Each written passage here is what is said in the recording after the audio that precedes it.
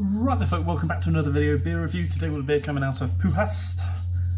Probably not how you pronounce it, but I don't care. It is Roulette Hop Series Superdelic. This is one of the beers I brought back from Estonia with me.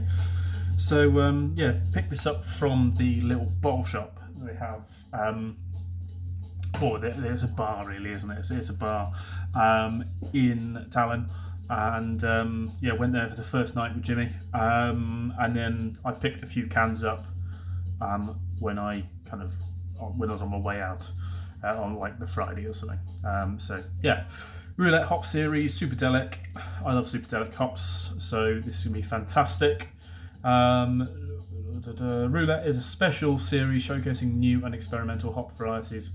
Contains barley, oat, and wheat malt. 6.9% ABV. Yeah, keep cold, drink now.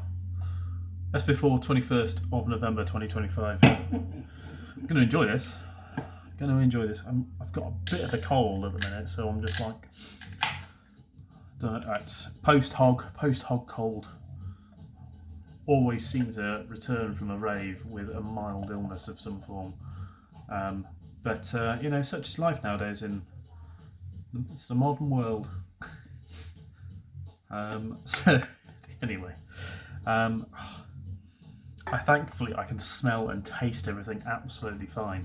So it's not that thing, if you know what I mean. It's not that thing where you lose those things.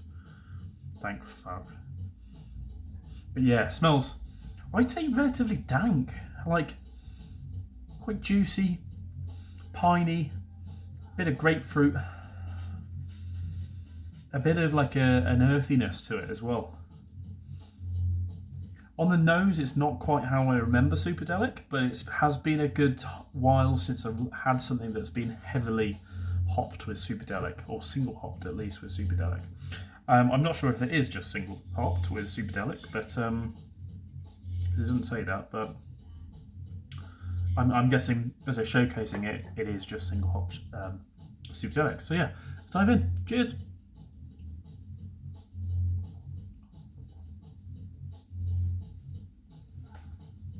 Nice. It's really tropical.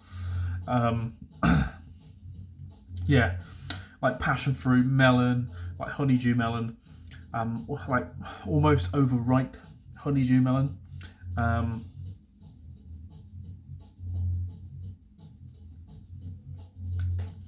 A little bit of tangerine, tropical notes, you know, faint touches of like, not Sabro levels of coconut, but like a little hint of coconut in there. Yeah, that's good. Would have been better if I had it colder, but I got stuck trying to find a track, or find a tune. I heard it at a rave last year, and then I just played some drum and bass track. I was like, oh my god, that sounds so like it. And then I realised that this drum and bass track came out in 2010, and then I basically searched the drum and bass track and DJ Bone and like a couple of like raves and stuff, and I found it, but it was played by someone else completely different, who's also from Detroit, who has basically sampled this fucking drum and bass track, but slowed it and put a bit of reverb in it, and I found it, and now I'm happy. But that took like 40 minutes, and in that time, this beer's warmed up a little bit.